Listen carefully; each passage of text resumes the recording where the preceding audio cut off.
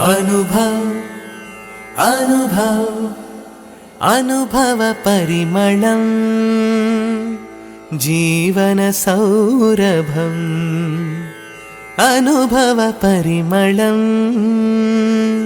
जीवन सौरभं अनुभव अनुभव. అందరికీ నమస్కారం. మీరు వింటున్నారు అనుభవ్ 2.0 వయోధికుల తెలుగు పాడ్కాస్ట్ సిరీస్ జీవన సౌరభం.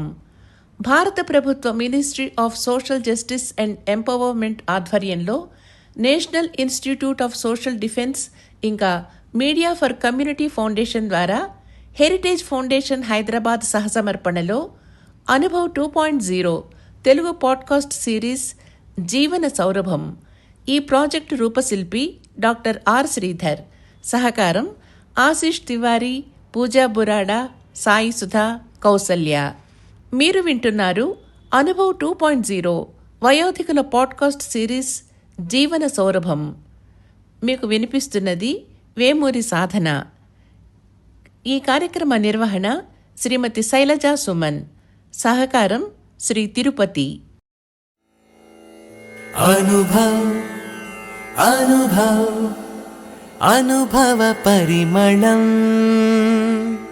जीवन सौरभं अनुभव परिमళం जीवन सौरभं अनुभव अनुभव. అందరికీ నమస్కారం. మీరు వింటున్నారు అనుభవ్ 2.0 వయోధికుల తెలుగు పాడ్కాస్ట్ సిరీస్ జీవన సౌరభం. భారత ప్రభుత్వ Ministry of Social Justice and Empowerment ఆధ్వర్యంలో National Institute of Social Defence ఇంకా మీడియా ఫర్ కమ్యూనిటీ ఫౌండేషన్ ద్వారా హెరిటేజ్ ఫౌండేషన్ హైదరాబాద్ సహసమర్పణలో అనుభవ్ 2.0 తెలుగు పాడ్కాస్ట్ సిరీస్ జీవన సౌరభం ఈ ప్రాజెక్టు రూపశిల్పి డాక్టర్ ఆర్ శ్రీధర్, సహకారం ఆశీష్ తివారీ, పూజా బురాడా, సాయి సుధా, కౌసల్య. మీరు వింటున్నారు అనుభవ్ 2.0 వయోధికుల పాడ్కాస్ట్ సిరీస్ జీవన సౌరభం. మీకు వినిపిస్తున్నది వేమూరి సాధన. ఈ కార్యక్రమ నిర్వహణ శ్రీమతి శైలజా సుమన్, సహకారం శ్రీ తిరుపతి. హెరిటేజ్ ఫౌండేషన్ హైదరాబాద్ సమర్పణలో అనుభవ్ వయోధికుల అనుభవాల జీవన సౌరభంలో మిమ్మల్ని ఇప్పుడు పలకరిస్తున్న వారు దూరదర్శన్ విశ్రాంత కార్యక్రమ నిర్వాహకులు సత్యవోలు సుందర సాయి. నా పేరు సత్యవోలు సుందర్ సాయి. నేను ఆకాశవాణిలో, దూరదర్శన్లో, ఈనాడు వార్తాపత్రికలో పనిచేశాను. 45 సంవత్సరాల మీడియా అనుభవం ఉంది. అయితే ఒకసారి ఒక కథ రాయటం జరిగింది. ఆ కథ ఒకనాడు ఉన్నటువంటి అత్యుత్తమైన విలువల గురించి, ఆ విలువలు ఇప్పుడు ఏమయ్యాయి అనేటువంటి దాని గురించి ఒక బాధ తప్త హృదయంతో రాసినటువంటి కథ. పేరు వందే మాతరం. జననీ జన్మభూమిస్య అని పదే పదే స్వస్థలం హృదయంలో పరిభ్రమించగా ఎలాగైనా తాను జన్మించిన గ్రామాన్ని సందర్శించాలని వెంకటేశ్వర్లు నిర్ణయించాడు. 45 ఏళ్లు దాటిన వెంకటేశ్వర్లు 26 ఏళ్ల తర్వాత సొంత ఊరికి వెళ్ళాలని గట్టిగా అనుకోవటానికి బలమైన కారణం ఉంది. 17 ఏళ్ల ప్రాయంలో తన తండ్రి మరణించినప్పుడు విలవిల్లాడాడు. ఆ పరిస్థితిని తట్టుకోగలడా, బ్రతకగలడా? ఒక మరణం మరొక బ్రతుకునే చిన్నాభిన్నం చేస్తే ఇక తనకు చావు తప్ప మరో మార్గం లేదా? ఆ రోజుల్లో వెంకటేశ్వర్లు గుండె అలాంటి ఆలోచనలతో అవిసిపోయింది. శోకం అనంతంగా ఆ చిన్ని హృదయాన్ని ఆవహించింది. కాలం విషాదాన్ని క్రమక్రమంగా దూరం చేస్తూ వస్తున్నది. భవిష్యత్తు ప్రశ్నార్థకంగా మారటంతో దూర తీరాలకు పయనం ప్రారంభించాల్సి వచ్చింది. ఊరిని విడిచి వచ్చే రోజున వెంకటేశ్వర్లు విలవిల్లాడాడు. జన్మించిన గ్రామాన్ని విడిచి వెళ్ళటమే ఒక భయంకర శాపంగా భావించాడు. ఎటు చూసినా పచ్చని పైర్లు, చెట్లు, 4 పెద్ద పెద్ద చెరువుల మధ్య అందాల తోటల నడుమ వెలసిన సుందర గ్రామం అది. మారుమూల పల్లెగా అనిపించినా వేద పండితుల దగ్గర నుంచి ఆదినారాయణ మాస్టారు వరకు అందరూ ఆ గ్రామ ప్రాభవాన్ని కాపాడే ప్రయత్నాలే చేసేవారు. సుందర నందనోద్యానవనం లాంటి ఆలమూరు అంటే వెంకటేశ్వర్లకి అమిత అనురాగం. గోదావరి గౌతమి అక్కడ ప్రవహిస్తూ పెద్ద కాలువకు పక్కగా ఏర్పడ్డ ఆలమూరు డెల్టా ప్రాంతానికే వన్నె తెచ్చిన గ్రామం.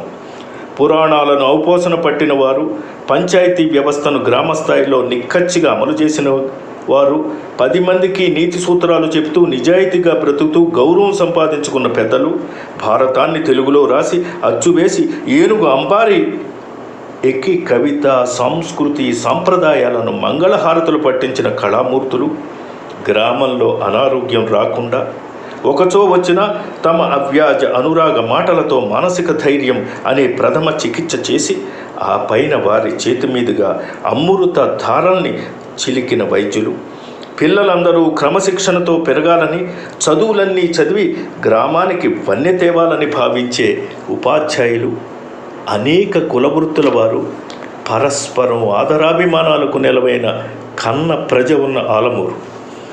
ఏడాది పొడుగునా నిండుగా ప్రవహించే పెద్ద కాలువ ఆ ఊరి రైతులకు అమృతవాహిని. హృదయాన్ని పులకరింపజేసే ఆ ప్రకృతిని, ఆదరం చూపే ఆ గ్రామాన్ని విడిచి బ్రతుకు కోసం బయలుదేరేటు వెంకటేశ్వర్లు. హృదయంలో శోక సముద్రాలు పొంగగా, మనసే బాధతో సుడులు తిరుగుతుండగా తప్పదు బ్రతకాలి. అదే కాలం నేర్పిన ప్రథమ పాఠం. వెంకటేశ్వర్లు తండ్రి నారాయణ ఆలమూరులో గౌరవం నిలుపుకున్న పెద్ద మనుషుల్లో ఒకరు. ఆ రోజుల్లో ఇంగ్లీషు వైద్యం చేసిన వైద్యులు దేశానికి స్వాతంత్రం సాధించకముందు మద్రాసు వెళ్ళి అందున జొన్నాడ లాంటి చిన్న గ్రామం నుంచి వైద్య విద్య అభ్యసించి పట్నాల మోజులో పడక మారుమూల గ్రామంలో చికిత్స చేయబోనటం సాహసం. తన ప్రజల కోసం తన చదువు ఉపయోగపడాలనే నిస్వార్థం. అది ఆ గ్రామంలోనూ చుట్టుపక్కల ఉన్న అనేక గ్రామాల్లో ఆనాటి జొన్నాడ డాక్టర్కి నేటికి ఉన్న గౌరవం, అభిమానం. వెంకటేశ్వర్లు అంటే ఎవరు అంటారు. అదే మన జొన్నాడ డాక్టర్ గారి అబ్బాయి అని చెప్తే విప్పారిన నేత్రాలతో చూస్తారు. అందుకే ఆ ఊరు వెళ్ళాలి. ఆనాడు తను చదువుకున్న పాఠశాలను సందర్శించాలి. తాను అనుకున్న పని చేయాలి. వెంకటేశ్వర్లు తిరుగులేని నిర్ణయానికి వచ్చాడు. తన బాల్యమంతా గుర్తురాగా నాటి మధుర జ్ఞాపకాలు మనసులో ఆనందాన్ని తుడికించగా బయలుదేరాడు. ఎరా 10,000 స్కూల్కి ఇచ్చేద్దామనేనా? వెంకటేశ్వర్లు స్నేహితుడు ప్రకాశం అడిగాడు. నాన్నగారి పేరు మీద ఏటా మంచి మార్కులు తెచ్చుకున్న వారికి ఆ డబ్బు మీద వచ్చే వడ్డీతో బహుమతి ఇవ్వాలి, ఏమంటావు అన్నాడు వెంకటేశ్వర్లు. సరే, నీ ఇష్టం. రేపు ఫంక్షన్ పెడతారు కదా, డిపాజిట్ కాగితాలు ఎంఆర్ఓ చేతి మీదుగా ఎడ్యుకేషన్ ఆఫీసర్కి ఇప్పిస్తే సరి అన్నాడు. లేదురా, స్కూల్ వాళ్ళే అన్నీ అరేంజ్ చేశారు. ఇంతకీ నువ్వు రాజమండ్రి వెళ్ళి తీరాలంటావా? నువ్వు లేకపోతే నేను ఒక్కడిని. ఒక క్షణం ఆగాడు వెంకటేశ్వర్లు. తప్పదురా, అమ్మాయి సంబంధం అని వెళ్ళిపోయాడు. ప్రాథమిక పాఠశాల ఆవరణలోకి ప్రవేశించాడు వెంకటేశ్వర్లు. ప్రధానోపాధ్యాయుల రూమ్ దగ్గరకు వచ్చాడు. ఆ గది లోపల గోలగోలగా ఉంది. ఒకనాడు ఆ గదిలోకి వెళ్ళటం అంటే ఎవరికైనా హడల్. అంతటి క్రమశిక్షణ ఉండేది. తాతపూడి మేస్టారు, ఈరంకి మేస్టారు, సుబ్బారావు గారు, చలపతి మేస్టారు అంటే భయభక్తులు ఉండేవి. ఆ మాస్టర్లు కూడా హెడ్ మాస్టర్ గదిలోకి వెళ్ళేవారు కాదు. అక్కడంతా అప్పట్లో నిశ్శబ్దం. ఈ గోల ఏమిటా అని వెంకటేశ్వర్లు పరికించాడు. ఈవో గారికి ఏదో ఒకటి ఇచ్చేద్దాం, తలా వందా వేసుకుంటే చాలు, ఇన్స్పెక్షన్ కూడా ఉండదు, భోజనం ఎక్కడో ఒకటి ఏర్పాటు చేద్దాం. లేకపోతే టీచింగ్ నోట్స్ అంటాడు, క్లాస్ చెకింగ్ అంటాడు. అసలే స్టూడెంట్స్కి ఇచ్చే నెల బియ్యం గందరగోళంగా ఉంది.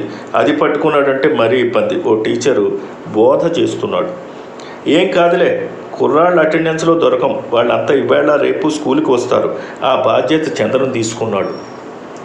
ఎలాగో ఇచ్చేది ఇద్దాం, ఈరోజే ఆయన పంపిస్తే గొడవ ఉండదు. మేస్టారు మరో యువకుడి సలహా. ఈవోకి కిందటి నెలలోనే ఇచ్చాం, ఇక నా వల్ల కాదు, చెకింగ్ చేసుకోమని హెడ్ మాస్టర్ కంఠం. భలే వారే, మీకెందుకు, మీరు ఉండండి, మేము చూసుకుంటాం. టీచింగ్ నోట్స్ లేనే లేవు, పాఠాలు కానే లేదు. అదంతా బయటపడితే ఈవో రేటు పెంచుతాడు. మీరు గమ్మను కూర్చోండి, మిగతాది మేము చూసుకుంటాంగా.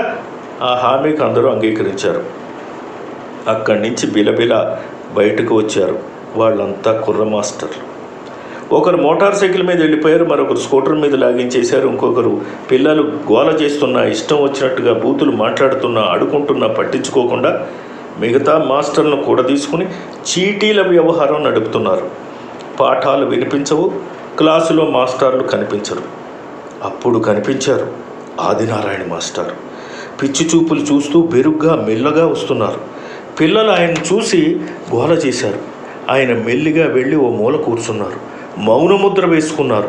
మౌనిలా తదేక ధ్యానంలో మునిగిపోయారు. అనుభవ్ అనుభవ్ అనుభవ పరిమళం జీవన సౌరభం అనుభవ పరిమళం జీవన సౌరభం అనుభవ్ అనుభవ్.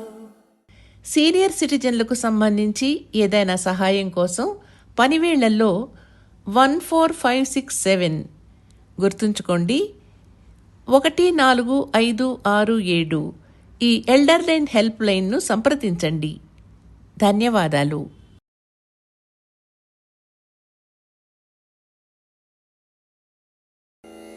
అనుభవ్ అనుభవ్ అనుభవ పరిమళం జీవన సౌరభం అనుభవ పరిమళం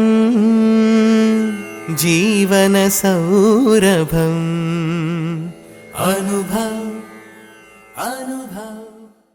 సీనియర్ సిటిజన్లకు సంబంధించి ఏదైనా సహాయం కోసం పనివేళ్లలో 14567 గుర్తుంచుకోండి, 14567 ఈ ఎల్డర్ లైన్ హెల్ప్ లైన్ను సంప్రదించండి. ధన్యవాదాలు.